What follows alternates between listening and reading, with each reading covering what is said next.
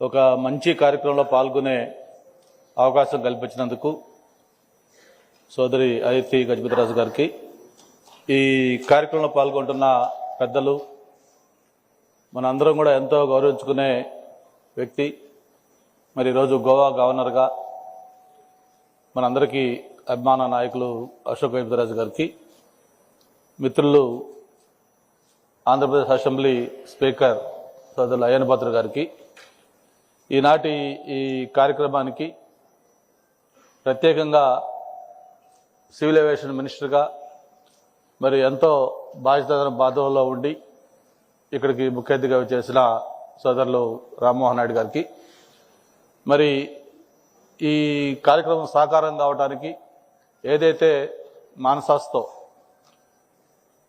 మొత్తం కూడా ఎంఓయూ చేసుకుని ఈరోజు ఒక మంచి కార్యక్రమానికి శ్రీకారం చుట్టిన జిఎంఆర్ గ్రూప్ చైర్మన్ సోదరులు రాజు గారికి, మరి సెంటర్ ఆఫ్ అట్రాక్షన్ ఇదంతా కూడా ఈరోజు ఇక్కడ అవుతుందంటే దానికి కారణం ఏంటో తెలుసు.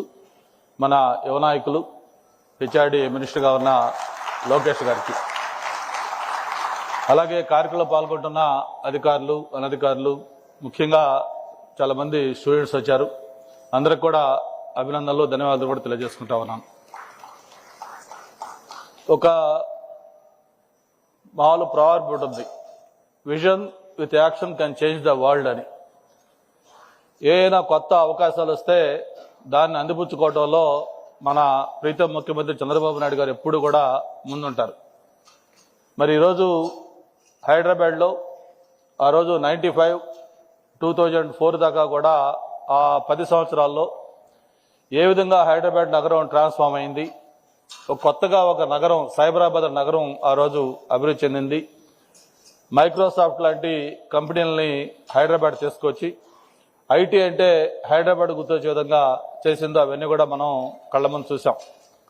నాకైతే బాగా గుర్తు, నేను 99 ఫస్ట్ అప్పుడు అనకాపల్లి ఎంపీగా ఉన్నప్పుడు స్వర్గీయ ఎర్రనాయుడు గారితో కలిసి ఢిల్లీలో 5 సంవత్సరాలు అక్కడ ఉన్నప్పుడు సీఎంగా చంద్రబాబు నాయుడు గారు ఢిల్లీ వస్తే దేశ రాజకీయాలంతా కూడా ఆంధ్రప్రదేశ్ ఏపీ భవన్లో ఉండే. మరి ముఖ్యంగా ఆ రోజు ఆయన యొక్క దూరదృష్టి, ఐటీ కానీ లేకపోతే సివిల్ ఏవియేషన్ కానీ ఇవన్నీ కూడా ఎలా పొటెన్షియాలిటీ ఉంది, వాటి వల్ల ఏ విధంగా ఈ రాష్ట్రానికి బెనిఫిట్ జరుగుతుంది, ఇవన్నీ కూడా ఆలోచించి ఆయన చేసిన కార్యక్రమాలు చూసేవాళ్ళం. ఒక ముఖ్యమంత్రి ఎవరైనా ఢిల్లీకి వస్తే ఎప్పుడో 2 నెలలకో 3 నెలలకు ఒకసారి వస్తే ఆ కన్సర్న్డ్ పిఎంనో లేకపోతే ఒక మినిస్టర్నో కలిసి వెళ్ళిపోతారు. కానీ చంద్రబాబు నాయుడు గారు ఎప్పుడూ ముఖ్యమంత్రిగా ఢిల్లీ వచ్చినా కూడా అందరూ మినిస్టర్లకి టెన్షన్ అన్నమాట. అక్కడ కనీసం 15-20 మంది ఆ ఒక రోజులో కలవటం. మార్నింగ్ 8కి స్టార్ట్ అయితే నైట్ 11-11:30 కూడా. ఆ రోజు సివిల్ ఏవియేషన్ మినిస్టర్గా మన రూడీ గారని ఒక ఆయన ఉన్నారు. ఆయన దగ్గరికి వెళ్ళాలి, GMR airport Hyderabad Shamshabad airport గురించి అని చెప్పినప్పుడు అప్పుడు ఎర్రనాయుడు గారు తర్వాత అందరూ కూడా అక్కడ ఉన్నప్పుడు అన్నారు, సార్ మీరు అవసరం లేదు, మేము వెళ్ళి మామూలుగా ఆయనకి చెప్తాం, రెప్యుటేషన్ ఇవ్వండి అంటే, లేదు నేను వస్తానని చెప్పని స్వయంగా సీఎంగా ఉండి ఆయనే ఆ రోజు సివిల్ ఏవియేషన్ మినిస్టర్ గారి దగ్గరికి ఆ బిల్డింగ్కి వచ్చి ఆ రోజు ఎయిర్పోర్ట్కి కావాల్సిన అనుమతులు కానీ కొన్ని ఏదైతే ఆ బెనిఫిట్స్ అయ్యేవాలో అవన్నీ కూడా కావాలని చెప్పని స్వయంగా ముఖ్యమంత్రి గారు వచ్చి తీసుకుంటే ఈరోజు మన కళ్ళ ముందు శంషాబాద్ ఎయిర్పోర్ట్ కనిపిస్తూ ఉంది. మరి ఆ కేటగిరీలో ఈరోజు వరల్డ్లోనే బెస్ట్ ఎయిర్పోర్ట్గా ఆ రోజు శంషాబాద్ ఎయిర్పోర్ట్ తయారైందంటే అది ఆ రోజు ఆయన ఆలోచన.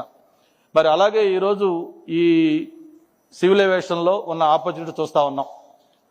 ఏరోస్పేసు, ఏవియేషను, అలాగే డిఫెన్స్ ఇట్లన్నిటికి సంబంధించి ఒక ఏఐడి, ఒక యూనివర్సిటీ పెట్టాలని ఒక ఆలోచన వచ్చిందంటే మరి ఆయన యొక్క విజన్ ఏంటో మనం అర్థం చేసుకోవచ్చు. భారతదేశంలోనే ఇది ఫస్ట్ ఆఫ్ ఇట్స్ కైండ్. ఇంతవరకు ఎక్కడ కూడా ఇటువంటి యూనివర్సిటీ గురించి ఆలోచన లేదు. అటువంటి దీన్ని ఇక్కడ సాకారం చేసి మన భోగాపురం ఎయిర్పోర్ట్కి అనుసంధానం చేసుకుంటూ ఇక్కడ మన భీమిలి నియోజకవర్గంలో ఈ యూనివర్సిటీకి సంబంధించి ఎంఓయూ చేసుకోవటం నిజంగా ఇది ఒక గేమ్ చేంజర్గా కాబోతా ఉంది ఇక్కడ.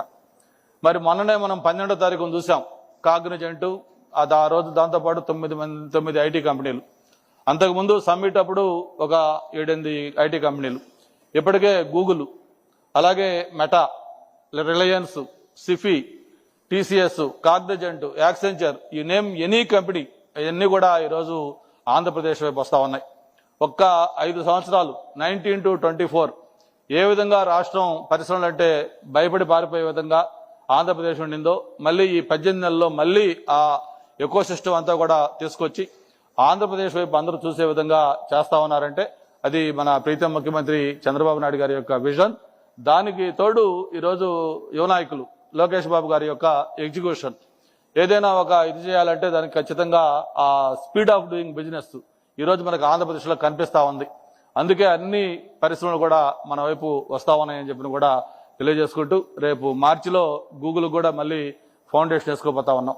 ఇట్లాగా ఒక ఉత్తరాంధ్రకే కాదు భారతదేశానికే విశాఖపట్నం అనేది ఒక డేటా సెంటర్గా ఒక ఐటీ హబ్గా మారిపోతా ఉంది. ఇప్పుడే రాజు గారు చెప్పినట్టుగా జిఎంఆర్ చైర్మన్ గారు ఏదైతే సివిల్ ఏవియేషన్లో అపారమైన ఆపర్చునిటీస్ ఉన్నాయి, భవిష్యత్తు అంతా కూడా ఏవియేషన్ రంగందే. ఒకప్పుడు విమానం అనేది లగ్జరీ, ఆ తర్వాత కంఫర్ట్ అయింది, ఈరోజు ఇట్స్ నెసెసిటీ. మనం వితౌట్ విమానం మనం లైఫ్ ఊహించుకోలేకపోతా ఉన్నాం, అంతా నెసెసిటీ అయిపోయింది. కాబట్టి ఇటువంటి ఏవియేషన్ రంగంలో ఏదైతే ఎగ్జాక్ట్గా నీడ్ ఆఫ్ ద అవర్ ఈరోజు పైలట్లు కావచ్చు, టెక్నీషియన్స్ కావచ్చు, ఇతర ఇంజనీర్స్ కావచ్చు, ఇవన్నీ కూడా ఏ కావాలో అవన్నీ కూడా తయారు చేసే ఒక ఎంఓయు యూనివర్సిటీకి సంబంధించి ఈరోజు ఇక్కడ చేసుకోవటం చాలా చాలా సంతోషం. మరి ఎప్పుడు కూడా లోకేష్ బాబు గారు ఎప్పుడు ఏ ఫౌండేషన్కి వచ్చినా కూడా ఒక టైం ఫ్రేమ్ చెప్తా ఉన్నారు. 12 months అనే వాళ్ళంటే లేదు 11 months 29 daysలో మళ్ళీ నేను వచ్చి రిబ్బన్ కట్ చేస్తానని చెప్పని. సేమ్ దీన్ని కూడా మళ్ళీ మీరు ఖచ్చితంగా ఇది మళ్ళీ 1 yearలో ఈ ఎలాగైతే ఎయిర్పోర్ట్ నెక్స్ట్ జూన్ జూలైకి కంప్లీట్ చేస్తా ఉన్నారో దీన్ని కూడా అదే స్పీడ్తో మీరు ఎట్లాగో మీకు ఆ రికార్డు ఉంది, ట్రాక్ రికార్డు, దీన్ని కూడా కంప్లీట్ చేసి మళ్ళీ గౌరవ ముఖ్యమంత్రి గారు అలాగే వీలైతే ప్రైమ్ మినిస్టర్ గారు కూడా తీసుకొచ్చి దీన్ని గ్రాండ్ గాలా ఓపెనింగ్ పెట్టుకోవాలని కూడా కోరుకుంటూ మరొకసారి జిఎంఆర్ గారి చైర్మన్ గారికి కూడా ఈ సందర్భంగా రాజుగారితో పాటు మల్లికార్జున గారు కూడా ఉండుంటే బాగుండేది. డెఫినెట్గా ఆ ఇనాగరల్కి ఆయన వస్తారని కూడా ఆశిస్తూ మీ దగ్గర సెలవు తీసుకుంటా ఉన్నాను. Thank you very much.